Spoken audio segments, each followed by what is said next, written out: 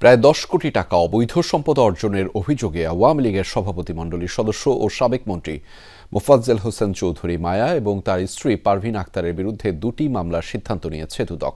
বিকেলে এক ব্রিফিংয়ে এই তথ্য জানিয়েছে দুদকের মহাপরিচালক আক্তার হোসেন। জানানো হয়, দুর্যোগ ব্যবস্থাপনা ও ত্রাণ মন্ত্রণালয়ের মন্ত্রী থাকাকালীন সময়ে ক্ষমতার অপব্যবহার করে ১,৮২,লাখ টাকার অবৈধ সম্পদ অর্জনের অভিযোগ রয়েছে মায়ার বিরুদ্ধে।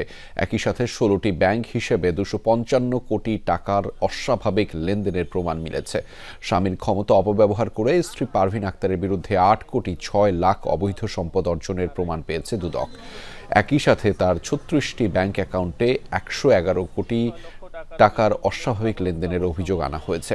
এদিকে রেলের লাগেজ ভ্যান প্রকল্পের নামে রাষ্ট্রের ৩৫৮ কোটি টাকা ক্ষতি সাধনের অভিযোগ সাবেক ডিজি শামসুজ্জামান সহ ৬ জনের বিরুদ্ধে মামলা দায়ের করেছে দুদক।